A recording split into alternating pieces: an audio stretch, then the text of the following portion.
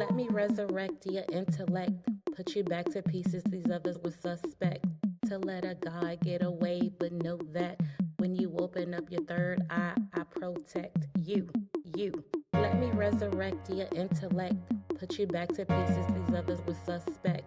To let a guy get away, but know that when you open up your third eye, I protect you. Yeah, indeed. This is gonna go for the podcast. So, Yeah. It's Madam Black, the Afro Priestess, dying soon. I'm about to be out of here. So long.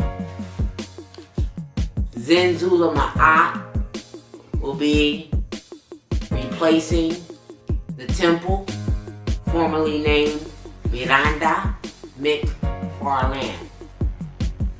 She's no longer needed as she's jumping out of the matrix. She's on her own path. Zenzula Ma'at Hotep. Got brother Chemo here, and we gonna talk some shit. Oh yeah. And I mean shit, I mean black and black relationship. And that's my term for black men and black women's relationships. Or relationship. Because I feel like sometimes it's just shit we go through to have relations.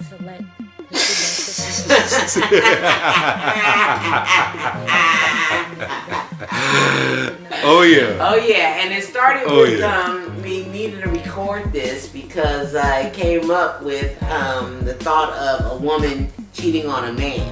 But it went even further than that. It did. So much further than that because I feel like we have to address stuff that don't even involve infidelity, which leads to the question I was about to ask that got us here, which is, or maybe it wasn't a question, but like my thought process is, yeah, good job. Good job. But my thought process is, as a man, I feel like nobody gives a fuck how I feel.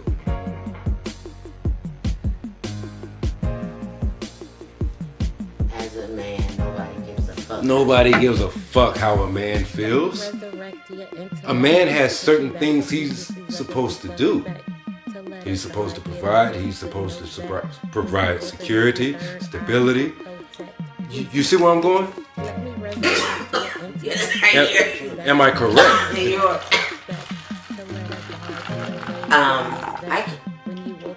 can pass that wine on over here, bro. Am I correct?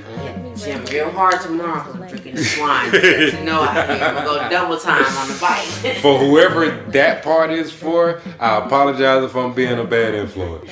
No problem. Forgive me, Coach, but I'm drinking wine tonight. But that's all right. She's gonna work me double time. There you go. All right. But no, this is very necessary for us to speak. I'm speaking with a good friend of mine, a lifer. It's seasons, it's reasons, and it's lifers in life. And I consider Kenny, aka Chemo, a lifer. He's a good dude, and we're going to talk about black men and black women right now. Chemo just brought up a very interesting point. He said, as a man, he feels like nobody cares how he feels. As long as I'm doing what I'm supposed to do, like I said, providing the security, the stability. Nobody cares if I'm tired. Nobody cares if I'm sad. Nobody cares if, and this conversation blossomed out of us kind of talking about mental health. So dare I say, nobody cares if I'm depressed. Nobody cares if, and you know, this one might be a little bit personal, but nobody cares if occasionally I sink into low places because I'm still grieving over something that I was never allowed the proper time to grieve over. Like, nah, forget your sadness, forget your upsetness, forget your emotions. You got money to go out there to make. You got X, Y, and Z you're supposed to provide in the household. You know what I'm saying? Like, how many of us as men have partners that delve deeper than just, are you okay? Did you eat? You know what I'm saying? Like, and if you do, how are they responding to that shit? Like, cause I'll admit it, and I know you probably, you for years you've messed with me for being a Cancer, and I am like, at this point, I feel like if you opened the dictionary and looked up Cancer, there's probably a fucking picture of me sitting there. Oh my goodness! When people say they're a Cancer, I get a picture of you. So I just say you don't trust nobody, huh? And they go, no. It's not a whole lot of people that I do. Like, count on one hand who I trust. But like, in addition to that, like, some days, I'm not even gonna lie, some days that I'm the emotional nigga, I'll just wake up emotional. And do I have a partner that can deal with that? Have you ever had a partner that you felt could deal with that? Yes. And at times, she was a Cancer. But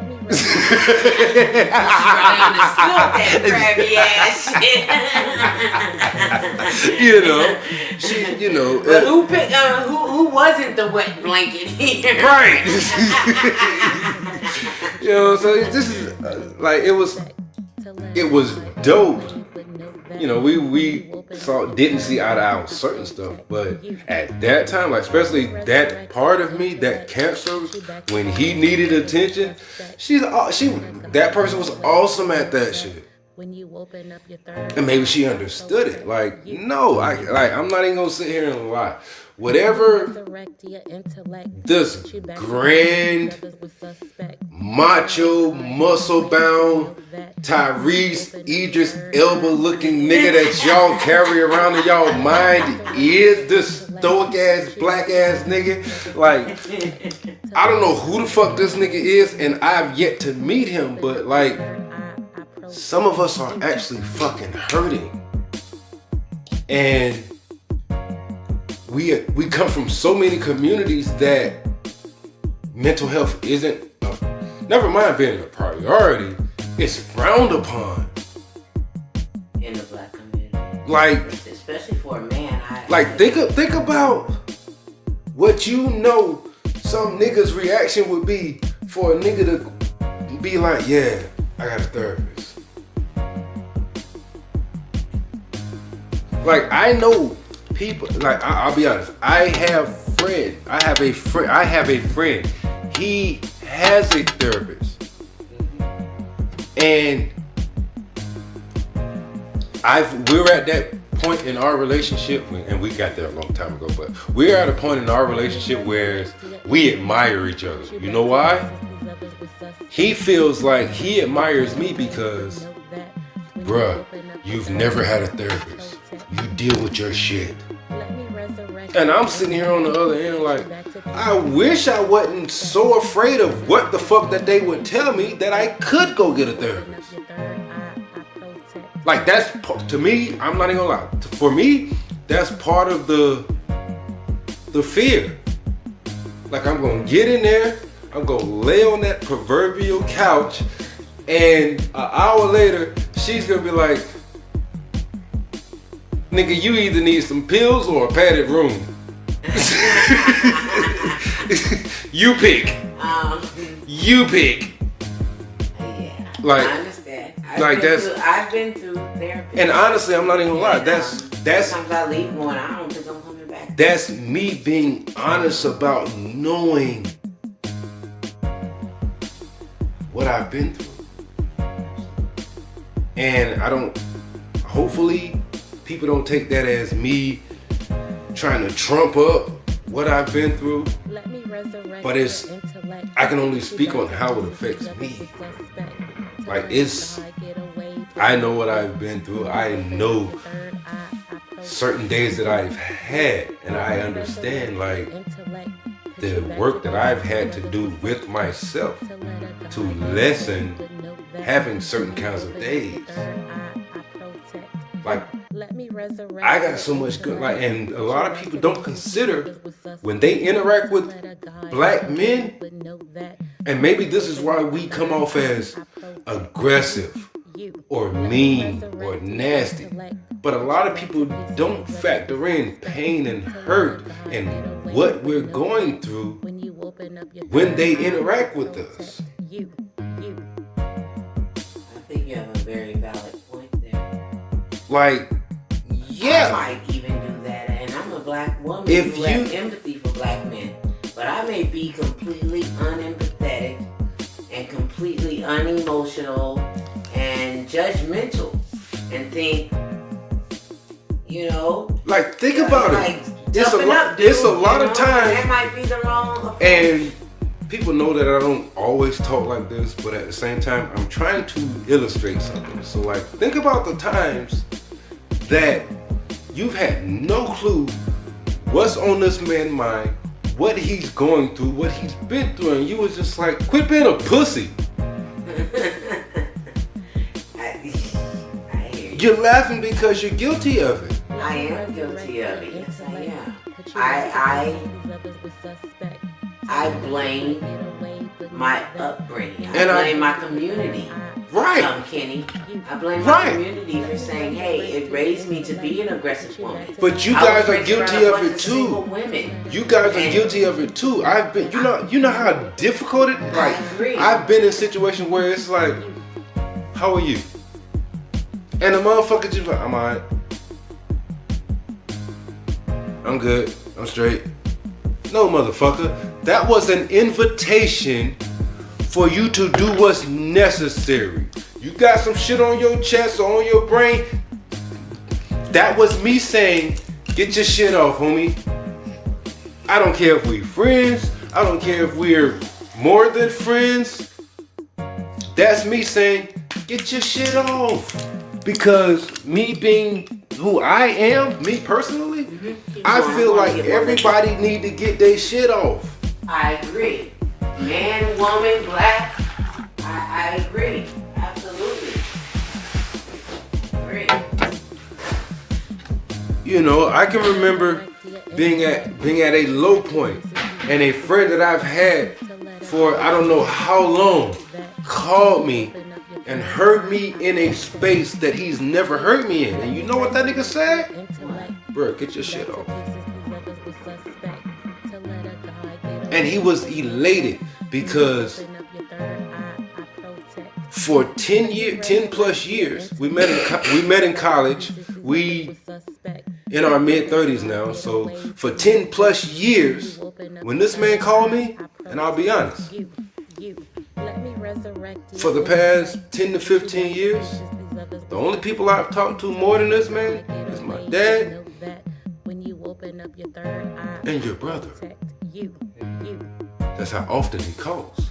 And I'll be honest, yes, when he calls, he's usually calling with a problem and asking for me to weigh in. Which is why when he called and I was at a low point, he was elated. Not because I was at a low point, because he finally felt like I get to repay my brother for always being there for me. My spirit's up, so I get a chance to. Because it always feels better to give than receive. And he was like, bro, get your shit off. And as black men, you guys are going to work that out. You guys are going to work out the fact that playing the dozens and being tough and playing pecking order is not a way to build a community and being in competition with each other, but it's not my place. And I do study the craft. Indeed. So it's not my place to tell how men associate.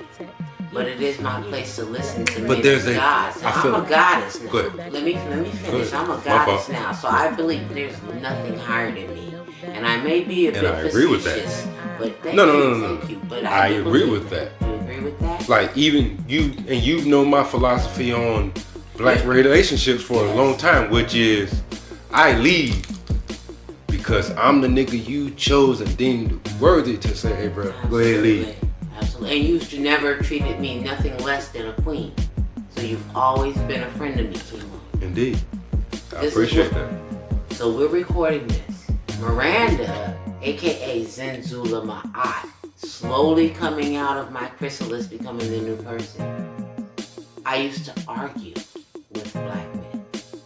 Even me. We've known each other for a decade. So you know I sat around like, how can a nigga say shit with all the shit a nigga, you know, right. and that tone now. If I were to play that back, I would probably fast forward to that part because that tone is nasty. And I didn't know how nasty it sounded. But it came from a place of anger. So instead of going, how can a nigga trip on a sister with all the shit he do? That is so ineffective. And what if I'm spazzing at a black man who hasn't done these things? I'm just generalizing. That's not fair. And if I want to be respected as his counterpart, then I should behave in such a way. You shouldn't look at me as if I'm not something closer to him than the next woman. And that's one thing that bothers me. I think you should love whoever you want, but there should be a camaraderie amongst black people. Indeed. That we have male, female, young, old, and we don't matter. And we don't like have that cohesiveness. So we lash out so bad at each other. Hate toward each other. Let's be honest about it. So here's my question, and I've been doing this with every black man that I crossed, because I crossed a black man that despised black women, and I was dressed in my regalia. And I get frustrated with y'all, but I love y'all. I know you love black women. I still fucks with you. You see, this dude I had a conversation with, then I left his ass alone. I get frustrated with y'all, but I still love you. He's either a punk or gay. And so I was fine with that. Isn't that the same and thing? I really thought he was kind of gay. I think he was, hey, what, no, we're not doing this. I know we're nobodies, but they killing the baby right now over weird shit like that, so we're not doing that. Yeah, we're not going Just that way. case, but that was that particular person, and I had to deal with that in that particular way. But it also lets me know to be open-minded, so I can say this out loud. As a black woman, I'm open-minded to individually explore each black man as his own entity, and not to bring the stereotypes or the negativities from the last one to the new one. Right. That would benefit, I think, our men a lot more. Both males and females got to do a better and job I think of that. it would be better, yes, because being misogynistic is actually a sign of fear. I don't see misogynistic men as my threat. I see them as somebody who fears the opinion of black women, so he appears to not care about it. And most misogynistic men start off with low egos and low self-esteem. So it's not my fault he has a problem with women. There's 4 billion women on earth. It's quite evident it's his problem. I feel like it's stupidity. I think it's a lack of comprehension. There's a reason we have that saying of behind every great man is a woman. Yes. And then what happened? And I've the even sisters been, like me even. Like Bro, I make money. I bring money in. I got business. I got sense. I'm educated. I'm not behind you. Right. And I hate to say that. And I hate because honestly, economically, I'm not, bro. Even some of our cultures, I hate that they have this. The woman is behind the man kind of ideology. I don't think that was ever meant to be in our bloodline. I think we were meant to stand arm in arm together. But as a team. When I say that, like I think about like the Israelites. Israel. Like ISIS, you. Asar Assad Haru. It's the same thing over and over and over. I've seen so many of these guys, I guess, try to make sure a woman is in her proper place. Oh, men are talking, you shouldn't be talking, and things of that nature. Yeah, even though she has an extremely valid point. Yes. Y'all acting like some. It's egotistical. It's letting the ego override the logic. Now, sometimes, a lot of times, we just might need a fucking woman in our ear talking a little bit of sense. Absolutely. That's why we're guiding That's your job. Right. So why put a muzzle on that? You're absolutely right. You know why? Because man's ego has taken control. And 2, man has fell victim to Jezebel.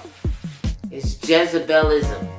Now, it's in the Bible. I like papyrus text, coffin text, pyramid text, Sumerian text, to speak it right, you know what I'm saying? I like that because the Bible has too many holes for me. And it's just one book.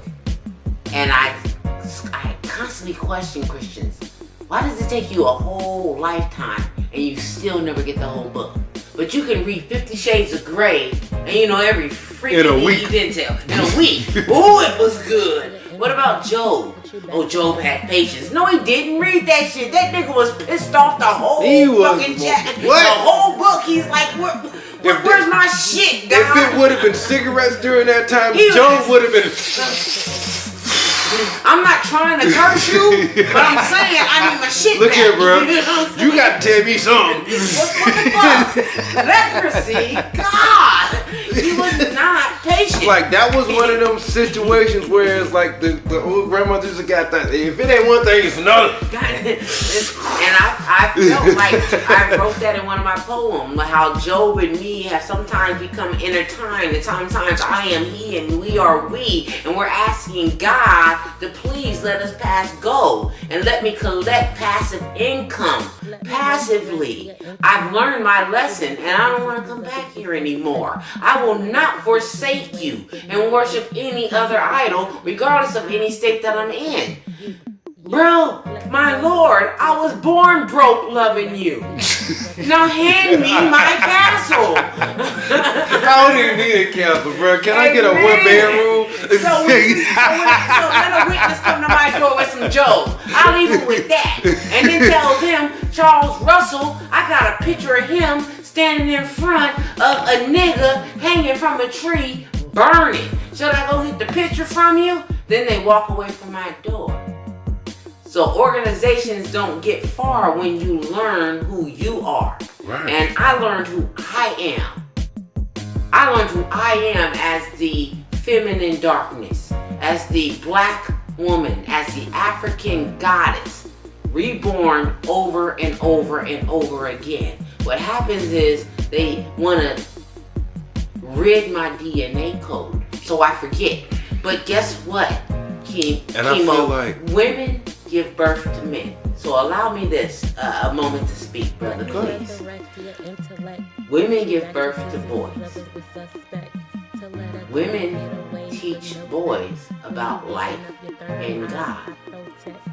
It doesn't matter how much your mother teaches you about God.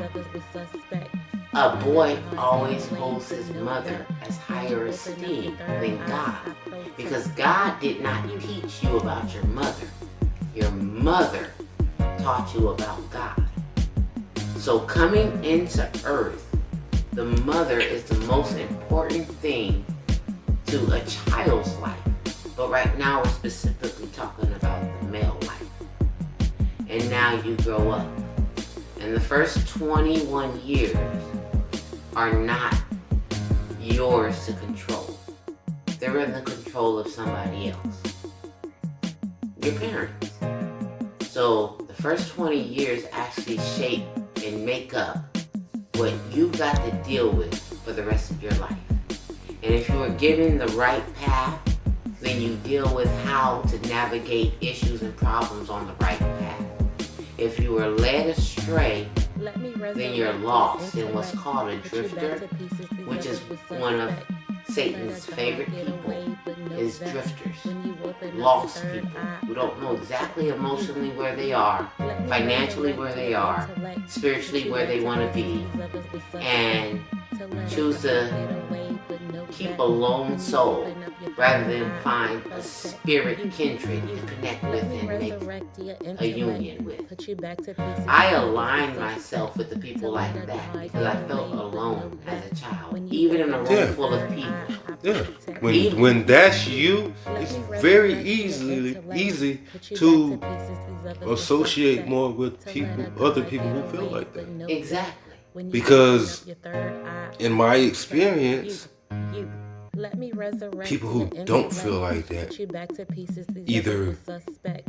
To let a guy don't get or away, won't but know understand that you. when They you won't. open up And your it's And a hard lot for you of to them understand them. won't try. Because have Like, you I ever can seen remember the guy being- that's the life of the party? back to pieces, And you're not suspect. envious, To let a but you guy sit get back and away, go, but know that when you open up your that third gift eye, they I have protect to be the you. circle of attention when they come in because of their personality. That's dynamic. I've always admired that. Like, I'm no fan of Cardi B. I do not listen to Cardi B. I don't listen to stripper rap. Come on now. But and she's Puerto Rican, and I'm sorry, I'm from California. I'm from Long Beach, dog. I don't want to hear that Mexican shit, dog. Get that shit up out my ear, cuz. That's how I feel about it. But that's the real me. But on the outskirts, when she's doing an interview, when she's talking, when she was on her Love and Hip Hop thing, I literally said she has the personality of a winner. Yeah. Of a star. Yeah, as it don't matter how much I dislike the music, Just like, or her choice of life. but She's got the it. But to me, that's it. And how popular And- you are dictates how far you will go Yeah. in music today. And that's never been. and literally everything else. Oh, fashion, everything. Ev- Endorsements, everything. Think about it. You got what they. Jordan had to dunk from the free throw line to get a shoe. The Paul brothers. But Kanye's got a shoe, and I'm not sure why. These two little white boys apparently do some of the weirdest, craziest shit imaginable on YouTube.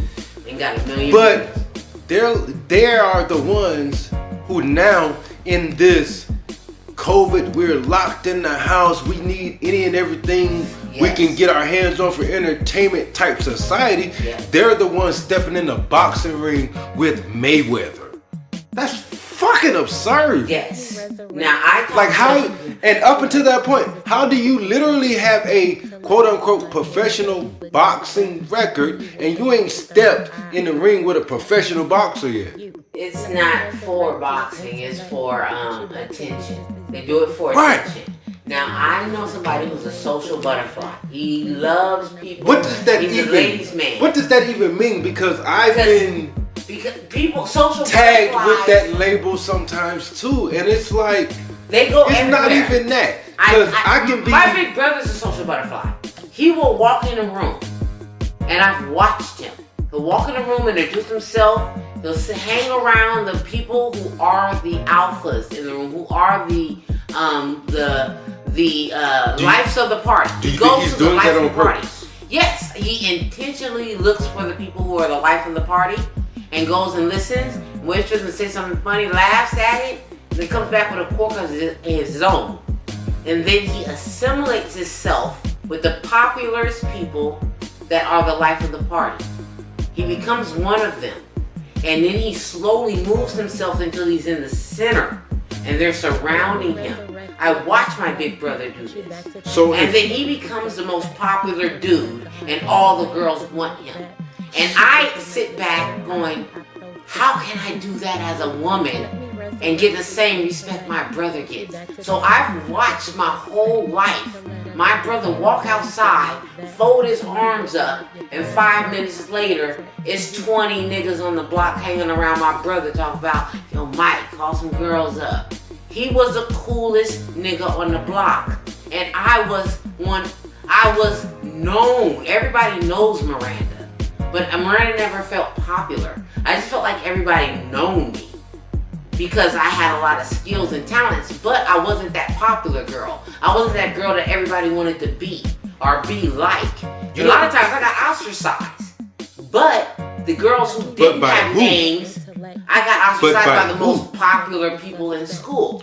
So the girls who didn't have names felt like, who are you tripping? You're Miranda, everybody knows you. But I'm like, it's a lot of heat when everybody knows you. And looking back, put you back to pieces. These others with such. do you realize that some of them motherfuckers wanted to be you? Some of the same ones that was ostracizing probably wanted what you had.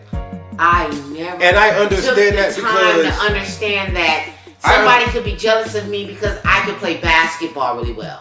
or I can rap really well, or I got along with guys really You say well. you did understand that? I did not even comprehend the thought that somebody could be jealous of the fact that I could play ball better than all the girls, and I wanted the ball, and I wanted to be point guard. Why not?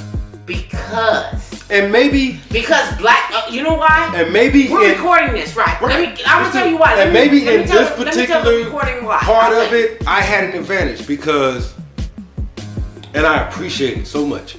I had a big sister, so mentally, and she played basketball, so mentally, she was able to prepare me for. I don't care who you are, what you look like.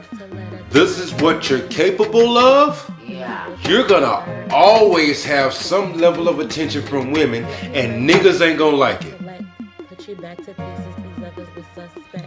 We telling the truth? We being honest with each other? I was hated at junior college. We telling the truth? We being honest with each other? And I went to a school with a bunch of girls that sucked. Like I wouldn't even let them bitches score. We telling the truth and being honest with each other? Yeah, let's be honest. Preach, brother. Let's be honest. Coach halfway didn't want me starting. They didn't start me in college, and I was better than everybody else. And she said because I wouldn't listen to her, but she sucked. And I was still privy to, if I'm speaking bluntly, knocking off other niggas' girls. Wow. So you was doing that. Guess what was happening with me? The coach would put me in a game, I do my little thing, and the coach would take me out. Regardless of how coach feels about it, I'm still the me. other team, the coach would be like, hey yo, you for us. Hey yo, come see me. Hey, you know your coach suck. The other coaches would tell me that shit while the coach was bringing me out of the game. Cause she called a play, and she might have called a play called 5 pass. That means you pass the ball 5 times, and the 5th person get it, just take the shot real quick. That's fucking concept. Stupid as fuck. How the fuck did you become a college coach? Then she gonna sit there and talk about she had to sue the school to become the coach. That's why she fucking sucked the way that she further sucked. lets me know that I don't need to be playing for you. Yeah, she sucked. I quit. If you had to sue for your job, she sued for the. She didn't know we sucked. We was getting beat by overweight white girls. Nigga, that's some embarrassing shit. So as I would be leaving the game, the other coaches from the other team would whisper at me, yo, come see me. Yo, she don't know what to do with you. And I'm sitting here in the wrong place again. But you know, I picked that. You know why? Right. Because it's hard to break a pattern. And when your parents set you up as a pattern to fail, you jump out on your own, still doing the same pattern to fail until you learn something different. And the Madam Netter turned me around and let me learn something different. And it not only learned something different, it helped me show my mom how the Jehovah's Witness organization was not the omnipotent truth. And one of the things that I had to do as I grew was correct my dad. Well, that's hard to do. Because how you correct a man? Because he was of a certain mind frame. What kind of mind frame? Like the Christian? No, not even that. But yes, he is a Christian. But the mind frame that I'm speaking of is this man walked around bearing my failures. Oh, okay. Yeah. As a man, I cannot let you do that, sir. Especially as my father, and I know who you've been and continue to be, I cannot let you carry that burden. If things didn't go the way you feel like they should have went for me, that's my fault, not yours. So he carries the burden of thinking that he failed you some kind of way. Yes. And I gotta be clear. You've never given him that. No. You've never given him that bag. You never said it's you. Fuck no, it ain't you. I do hear some apprehension about your mother when you speak. Possibly, because I feel like technically, if you want to be honest about it, probably a lot of my bad habits or tendencies or whatnot probably come from her. That explosive Kenny that'll flip out and just I concur. Destroy everything. Yeah. That's the her in me. Yeah, I understand. You know I understand. You know my mom. Like, it's nice to say somebody you know. My mom's not have to say nothing negative about her. And matter of fact, even us butting heads and having a disagreement, come time to come to the table and talk about that disagreement, she was like, I know that was me and you. You was able to reach a level that I deem disrespect because you think like I think, which is, I don't care who you are, you're not going to talk to me any kind of way. When you open up your third eye, I protect you. So even me and her have had this conversation. I got just as much of her as him in me. Yeah. I don't. And no, I'm not finna sit here and throw her under the. No, I ain't got my mama in me. Ain't none of her in me. Nothing at all. And I'm not gonna sit here and throw her under the bus and just attribute her to all of my bad attributes. No. That would be unfair to her. Kenny, it's okay to admit if you had a parent that put negative energy into the air. Like, bro, like it's. And like I said, even in us not seeing eye to eye, I love her. That's my mother. She brought me here. How you think I feel about my mother? And but I had to cut her off. There had to be a point where I said, enough is enough.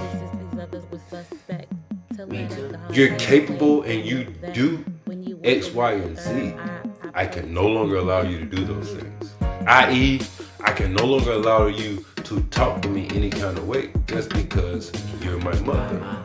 You know what I learned? Especially when you're not attentive to certain things surrounding your son.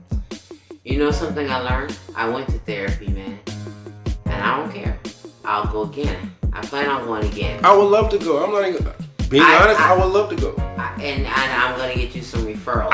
I'm afraid... But I would love to go. Good. As long as you're sending me to somebody that's gonna put me in a white padded room, I think we can work it. I look for. Actually for brothers. Sure. I look for the black men who came from the hard upbringing and the dysfunctional family and found the way to win using their mind by changing their mental strategy and breaking the pattern of the losers that gave birth to them. I look for them and then I pass you on to them. So right, give me some time and I'm gonna pass you on to that shit bothers me. The fact that winner. Like one of the things with my mom that bothers me is that if we're not seeing eye to eye, her default is like, well, I don't know what I did to you. I never said you did anything. What are you talking about? Oh, yeah. Well, you think about my mom, though. Think about being 13, Kenny, and getting to high school, and them girls suck.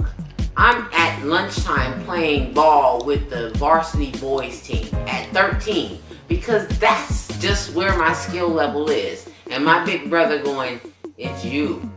It's you. You've got it. You standing around dribbling like that, that's the it. Do you know it's the it? And then him and my mom having that fallout when I was 13. When they had that fallout, I don't know how I got tied up in it. But that affection, the little bit she had, the motherly to Miranda, that little bit, it wasn't much, that little bit she had was completely out the window. And now I replace Michael. I'm this close to getting kicked out the house if I don't do one thing, she says. And do you know how scary it is when your mom already gets evicted a lot and she's threatening to kick you out of the house she's probably going to get evicted out of soon? I didn't know how traumatic it is to grow up not knowing if your key's going to work when you come home. But this woman has put into my head that the end of the world, Armageddon, is coming. And playing basketball while the meeting is going on means when Jehovah comes back, he's not going to save you because you choose basketball over him. The meetings are him. basketball will not get you to paradise. Mom, I don't want to go to paradise. I'll play basketball and die with the rest of the people.